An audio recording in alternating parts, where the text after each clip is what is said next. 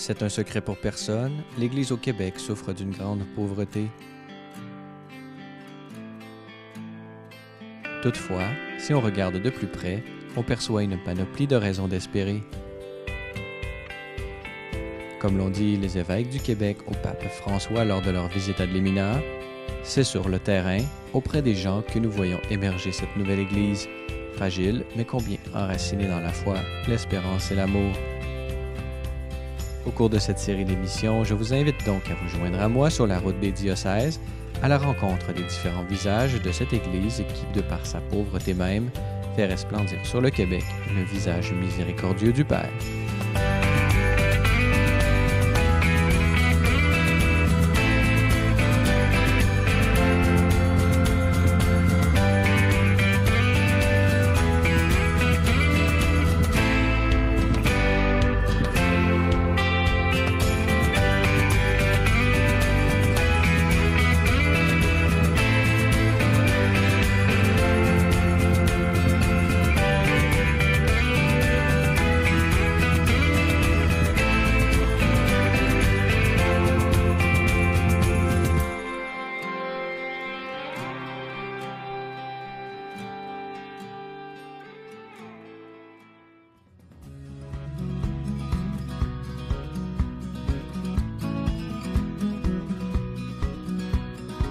Officiellement fondé en 1922, le diocèse de Gaspé dispose d'une histoire d'une richesse extraordinaire. Remontant jusqu'à l'arrivée de Jacques Cartier en 1534, la présence de la foi sur ce territoire aux dimensions démesurées est au cœur du développement économique et social de cette région du Québec.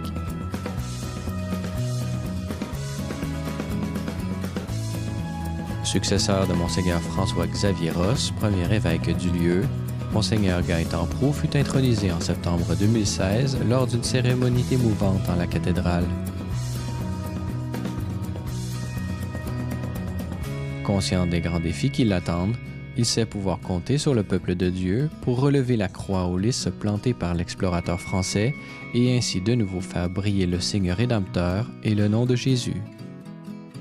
J'ai été ordonné évêque en février, le 25 février 2012. Et donc, je l'ai été pendant 4 ans et demi jusqu'à ma nomination par le pape François au diocèse de Gaspé, donc le 2 juillet 2016. Alors, je suis ici, ça fait pas encore 1 an que je suis ici, mais bon, j'ai pris pas mal contact avec le milieu, tranquillement. Donc, le diocèse est très vaste, on dit qu'il est grand comme la Belgique. Donc, c'est pas peu dire, parce que la Belgique, même si c'est un petit pays européen, c'est un grand pays en termes d'espace en Europe, c'est peut-être considéré comme un petit pays, mais ici, je m'aperçois que la Belgique est grande. Hein? Dans ce sens-là, je pourrais dire que c'est quand même quelque chose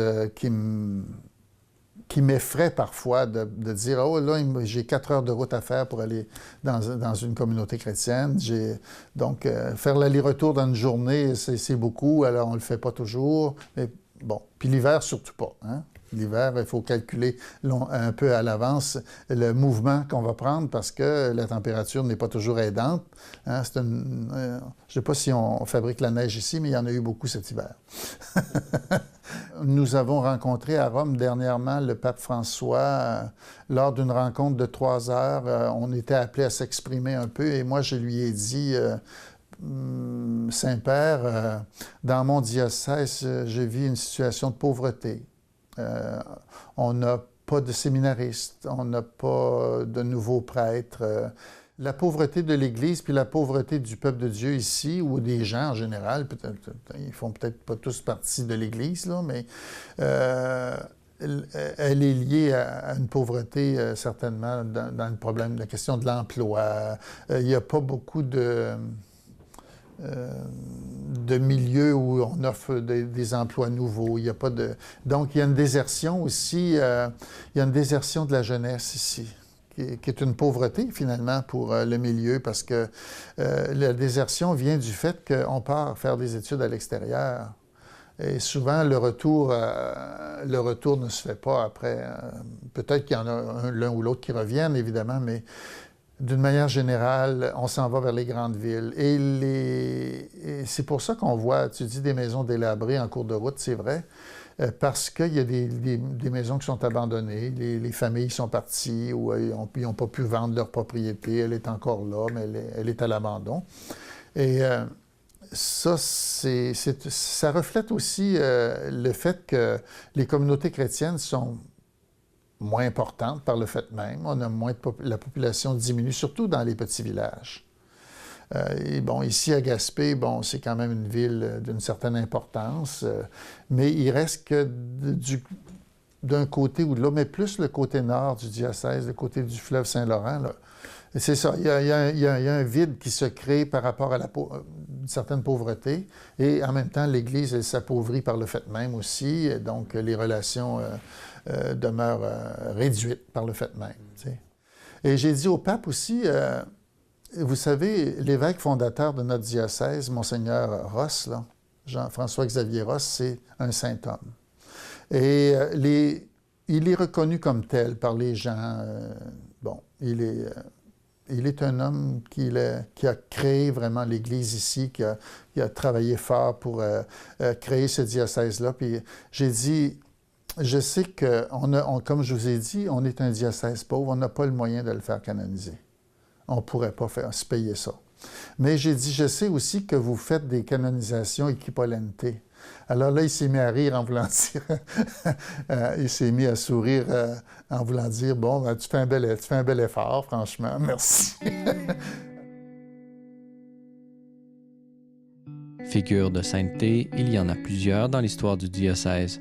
C'est le cas notamment du père Servite de Marie Jean-Marie Wattier, fondateur du sanctuaire de Pointe-Navarre, noyau spirituel encore aujourd'hui très fréquenté. Je m'appelle Michèle Bellil, une sœur de Saint-Paul de Chartres. L'histoire du sanctuaire, c'est le désir d'un père Servite de Marie qui était nommé curé à la paroisse voisine et qui a désiré dès le début avoir une chapelle à Notre-Dame-des-Douleurs. C'était le père Jean-Marie Wattier qui venait justement des pères Servite de Marie. Cela était en 1938. Mais dès 1939, il a commencé la construction ici du sanctuaire avec une équipe de bénévoles. Et il est resté 30 ans juste parce qu'il est décédé en 1968. Et les pères de sa communauté, dont le père Paul-Marie Alain, a continué une trentaine d'années après lui. Ce fondateur, il était représentant de Dieu pour moi, représentant de l'amour miséricordieux et plein de bonté du Seigneur. Si bien qu'il accueillait ici toute personne, sans différence de difficulté, de classe sociale, de quoi que ce soit, qui venait ici était le bienvenu. Si bien que les gens se sentent chez eux ici. On a très peu de phrases de lui, sinon celle qui revient toujours, « Priez avec moi. Prenez courage. » Et l'abandon, le courage, il disait, bon, vous ne marchez pas? Pourquoi? Ben, lève-toi puis marche. C'était aussi simple que ça. Il disait, Marie, c'est Notre-Dame-des-Douleurs, bon, Marie a tellement souffert dans sa vie qu'elle est en mesure de bien nous comprendre et de nous aider dans toutes nos épreuves. Dès les débuts, tous les gens qui passent, les touristes s'arrêtent ici en passant. L'été, là, ici, c'est rempli. L'Office du tourisme dit qu'il y a peut-être 30 000 personnes qui passent ici. Et bien sûr, les gens de la région arrêtaient voir le père Wattier. Venaient parler au père Wattier. Un enfant était malade, mon mari venait de mourir, peu importe la raison, tout le monde restait. Beaucoup de miracles qui sont beaucoup plus intérieurs, parce que souvent ils nous ont dit, ils nous donnaient le goût de continuer.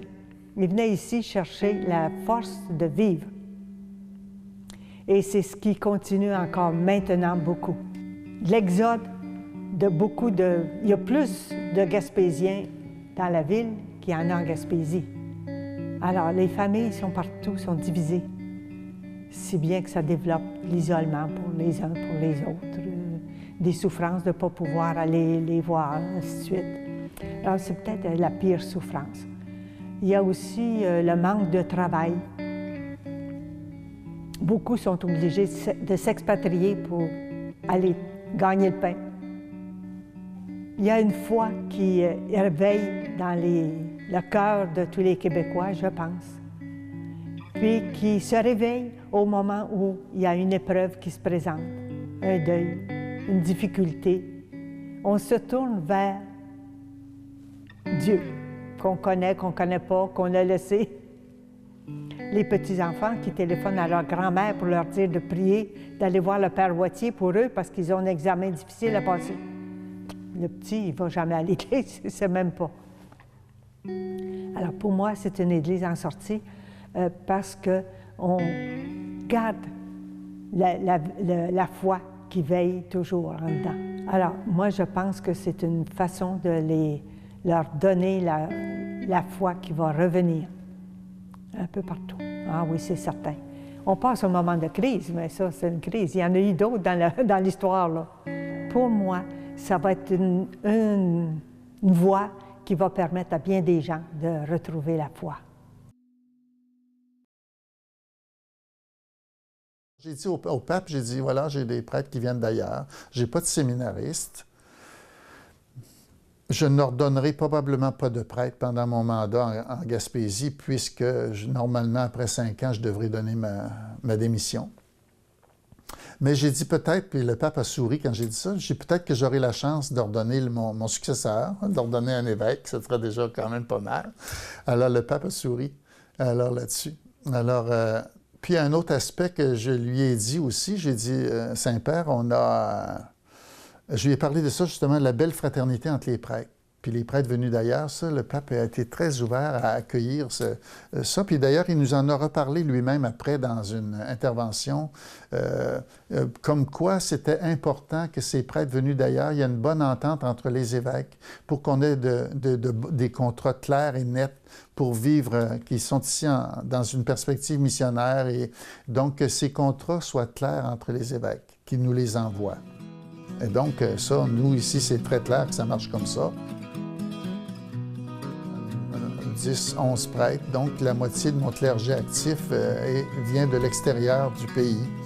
Et donc, c'est un appoint important pour nous parce que sinon, les communautés chrétiennes ne célébreraient plus l'Eucharistie régulièrement. Alors là, on a quand même cette chance d'avoir ces prêtres qui viennent d'ailleurs, c'est la plus belle expression, ils viennent d'ailleurs prêter main forte à notre Église. Et donc, moi, je peux vous dire que je suis content de ces prêtres qui sont ici.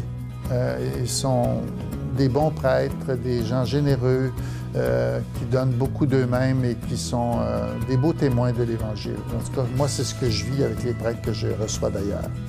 Et je dois dire aussi que les prêtres qui sont ici, qui sont autochtones, ou les prêtres gaspésiens, c'est des gens merveilleux. Je le dis parce que c'est vrai. Et il y en a qui ont donné leur vie, il y en a qui ont 80, 85 ans et plus, puis qui continuent dans leur possibilité à donner d'eux-mêmes dans le ministère, à aider les prêtres, à soutenir la mission, puis je trouve ça merveilleux. Et aussi, j'ai découvert ici, dans le diocèse, en arrivant ici, qu'il y avait une belle fraternité entre les prêtres. Et ils se rencontrent régulièrement pour manger ensemble, pour prier ensemble, et c'est par secteur, hein, pas... C'est sûr que tout le diocèse, quand vous pensez qu'il y a 4 heures d'un côté, puis un autre 3 heures de l'autre côté pour se retrouver, on ne fait pas ça toutes les semaines, mais par secteur, les prêtres ont cette gratuité de se rencontrer. Et je trouve très beau aussi le fait qu'ils invitent les prêtres venus d'ailleurs. Ils les invitent avec eux autres pour manger, pour prier.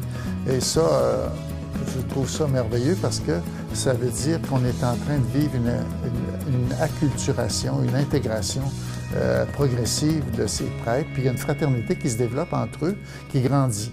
Hein? Et donc, je trouve que c'est un beau climat. On s'en va, on a ça.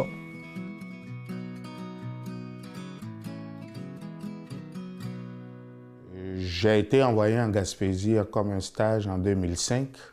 Et puis, de ce stage, est née 4 ans après ma mission comme prêtre au diocèse de Gaspé. Alors, en peu de mots, je pars du Bénin, je suis au Canada, je suis en mission ici. Et je souris souvent, me dit, je suis prêtre béninois, mais citoyen canadien. Et en moi, je cumule les deux mondes, dans la culture comme dans l'Église. Ici au diocèse de Gaspé, je suis curé de 5 paroisses, de Percé à Grande-Rivière. Donc Percé, Grande-Rivière, Cap-d'Espoir, Val-d'Espoir, Sainte-Thérèse et Grande-Rivière, effectivement. Et je travaille aussi au diocèse ici. J'ai été vice-chancelier pendant 6 ans et demi. Et depuis la mort du chancelier l'année passée, j'ai pris la relève. Je suis devenu le chancelier depuis avril 2016. Et puis avec ça, comme on dit dans notre jargon, sans préjudice et avec plusieurs autres tâches connexes. Voilà un peu ma vie et ma mission en Gaspésie. Ce qui m'intéresse et ce qui me captive en premier lieu, c'est ce qu'on a de commun. Alors les sentiments humains, les émotions humaines, les réalités humaines, elles sont les mêmes. La façon de les exprimer, de les gérer, de les vivre, c'est sûr qu'elles vont différer selon la culture, le milieu, l'ambiance, l'influence qu'on a connue. Et moi, le premier contraste qu'il fallait vivre, évidemment, vous devinez, c'est la nature. Les hivers canadiens, les changements, la beauté de l'automne et la nature elle-même, c'était tout un élément nouveau pour moi. Alors, et en église aussi. Célébrer, organiser l'église, vivre la vie de l'église, ça a des nuances. Puis c'est normal. Puis moi, voilà un peu. Si je résumais là, c'est un peu ça. Ce qu'il y a d'abord de commun, c'est important. Puis les différences, on s'en servira pour se rapprocher. Parce que fondamentalement, moi je dis toujours, la diversité, la différence est une richesse, ce n'est pas un obstacle. Tout le Québec, vous le savez, doit, même si on le tait malheureusement souvent aujourd'hui, tout le Québec doit son histoire, son passé, sa construction à l'Église et en l'occurrence au clergé. Et ça, on ne pourra jamais l'effacer. Si je reviens juste au diocèse de Gaspé, à la Gaspésie, Monseigneur François Raos, l'évêque fondateur ici, est justement qualifié comme le bâtisseur de la Gaspésie. Puis si on prend le temps de regarder tout le travail qu'il a fait, l'Église en Gaspésie est héritière de tout cela. Et aujourd'hui encore, l'Église que nous formons doit être encore une Église présente, à annoncer Jésus. C'est absolu, c'est la première chose. Évangéliser, parler de Jésus sans être gêné. Témoigner de sa foi, apporter sa foi et la personne de Jésus dans le débat public, ça c'est toujours important. Mais l'Église en Gaspésie aussi doit apporter sa part dans l'édification de la communauté humaine ici. Quand Jésus nous dit « vous êtes le sel de la terre, vous êtes la lumière du monde », ça veut dire qu'on a à apporter un témoignage au monde. Et je pense qu'aujourd'hui encore, même si on n'a plus les hôpitaux, les écoles, les arénas en main, on a une présence à donner là, à accompagner. Même si on n'est plus le leader qui prend la tête, on a une présence. On n'a pas à se cacher d'être église, on n'a pas à se cacher d'être prêtre, d'être témoin.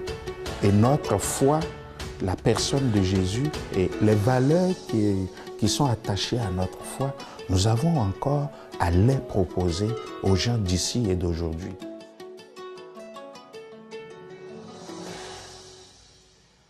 Il y a un prêtre modérateur dans chaque secteur. Il y a 14 secteurs dans le diocèse. Il faut compter que les îles de la Madeleine, c'est un secteur, il y a 8 paroisses, avec 3 prêtres actifs, là. Mais sur le continent, il y a un prêtre par secteur, un prêtre mandaté par secteur.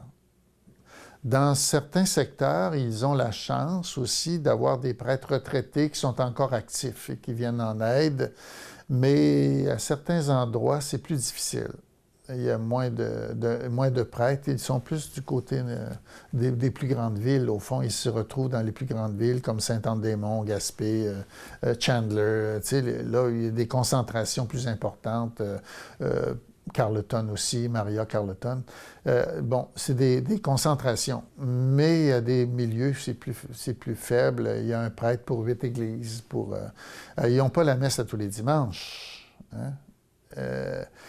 Mais en même temps, c'est une manière d'essayer de faire l'Église autrement, qui est en train de se préparer. Les gens ont certainement la grande peur, c'est que l'évêque ferme des églises. Mais le problème, pour moi, n'est pas la fermeture des églises, parce que les églises, moi, je ne veux pas en fermer. C'est pas l'objectif du regroupement des fabriques en une seule fabrique ou en quelques fabriques. Ce n'est pas de fermer des églises. Je viens de le dire avant, c'est vraiment pour que la mission s'accomplisse, se réalise le mieux possible avec un partage des ressources. Et donc, ça fait partie pour moi, une partie importante de la démarche. Il n'est pas question de fermer des églises. Le but, c'est qu'on marche ensemble puis qu'on avance pour l'annonce de l'Évangile, pour qu'on forme de nouveaux disciples missionnaires dans notre Église, puis c'est ça l'objectif. Se mettre en marche pour l'annonce de l'Évangile, nombreux fidèles du diocèse le mettent en pratique depuis 2006 lors du pèlerinage Terre-Mer Gaspésie-Île de la Madeleine. Caroline Jones et Raymond Arsenault, deux piliers de cette organisation, nous racontent l'inspiration derrière cette unique entreprise.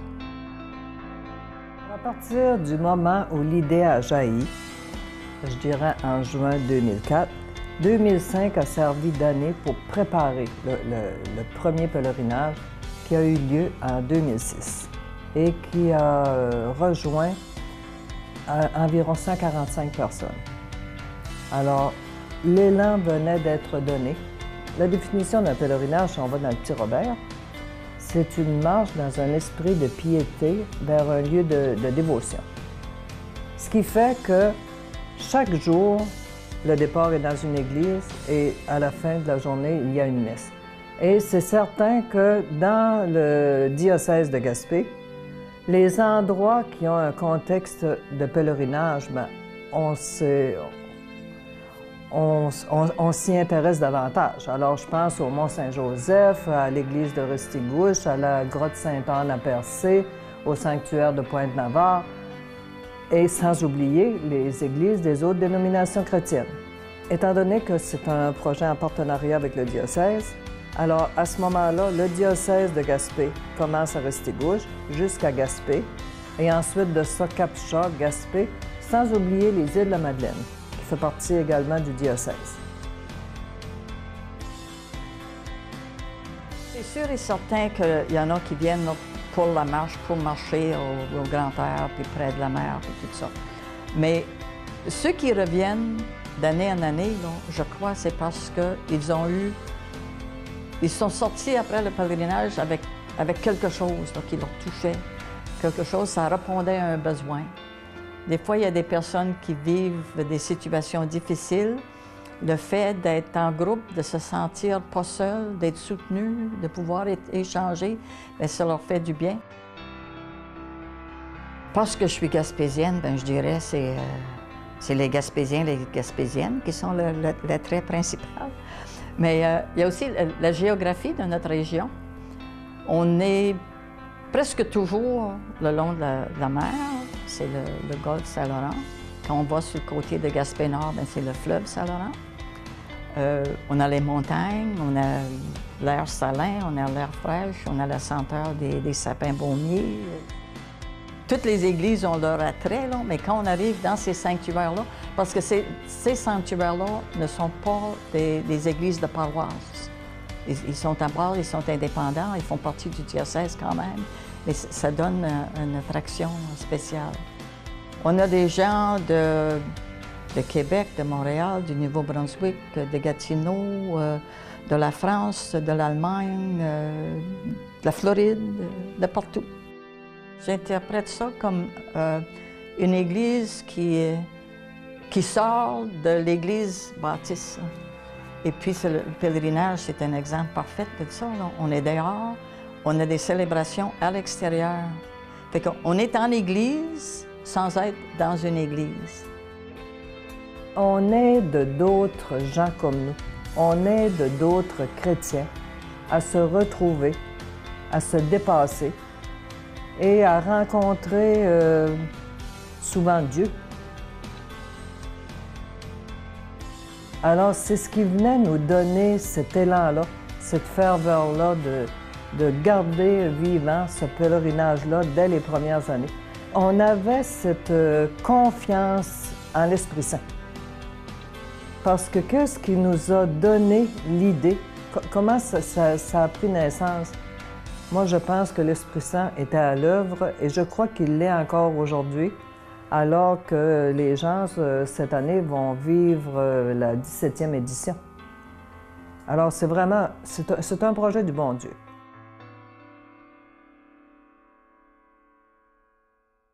Ce que j'espère, c'est que le plan qu'on projette pour regrouper les communautés chrétiennes s'accomplisse parce que ça va nous donner de la chance, à quelque part, d'avancer sur le plan missionnaire et aussi en mettant plus nos ressources ensemble, on va pouvoir, me semble, c'est ce que je crois, me semble qu'on va pouvoir avancer et réaliser un réel projet missionnaire.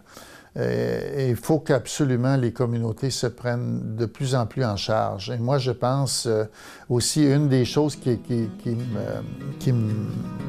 m'habite, c'est de faire en sorte de donner des mandats pastoraux à des chrétiens dans chaque communauté chrétienne pour qu'elles prennent en charge leur communauté, en lien avec l'équipe pastorale, pas séparée, là, mais des gens du milieu qui disent « Hey, nous autres, notre communauté chrétienne, on y croit, puis on va travailler en lien étroit avec l'équipe pastorale. » Parce que faut bien se dire que dans quelques années, le prêtre va peut-être passer une fois par mois dans une communauté chrétienne. Alors, ça veut dire qu'il faut que la communauté chrétienne, elle catéchise, qu'elle prépare les gens au sacrement, qu'elle fasse elle-même l'évangélisation. Et donc, ça fait partie du panorama. J'espère qu'on va vivre cette conversion, parce que c'est une conversion, ça. Hein? Et ça, je pourrais dire, c'est une conversion missionnaire. De penser à être communauté plutôt que penser au bâtiment qui nous abrite. J'espère aussi que tranquillement, on va éveiller du monde à vivre le ministère presbytéral, des nouveaux ministres qui viendraient de la communauté elle-même. Il faut que tranquillement... C'est des défis importants, mais j'espère. Je vis dans l'espérance. Moi, je n'ai pas peur pour l'avenir. Je crois que le Seigneur, l'Esprit du Seigneur est là, puis qu'il anime la vie de l'Église. Puis elle sera ce qu'elle sera. Moi, je suis là un peu pour être le guide. Je suis en avant, je suis dans le milieu, puis je suis en arrière. Hein? On est en avant pour conduire, on est dans le milieu pour soutenir, puis on est en arrière pour pousser. Il faut faire ça comme ça, parce qu'autrement... alors, il y a toutes sortes de tendances, alors ça correspond aux 3 tendances qu'on peut retrouver dans nos milieux. Alors, l'évêque, il fait ça. Normalement, il doit être ça. Comme le pape le fait dans l'Église universelle. Il fait ça aussi. Alors, moi, je crois beaucoup en l'avenir de cette Église. Le diocèse de Gaspé, il y a un prêtre d'un certain âge qui m'a fait remarquer, on a toujours été pas mal en avant sur beaucoup de choses. Alors je me dis, on va continuer d'être en avant. Je crois à ça, moi. Comme vous avez pu le constater dans cette émission, le diocèse de Gaspé est une véritable communauté de disciples de Jésus envoyés sur ce territoire où la foi missionnaire a fait son apparition il y a de cela presque 500 ans. Prions pour que, fidèle à l'inspiration de Monseigneur Ross, le peuple de Dieu puisse encore aujourd'hui regarder cette croix fleur-de-lysée comme son symbole, afin d'y trouver à son tour programme et commandement dans l'action.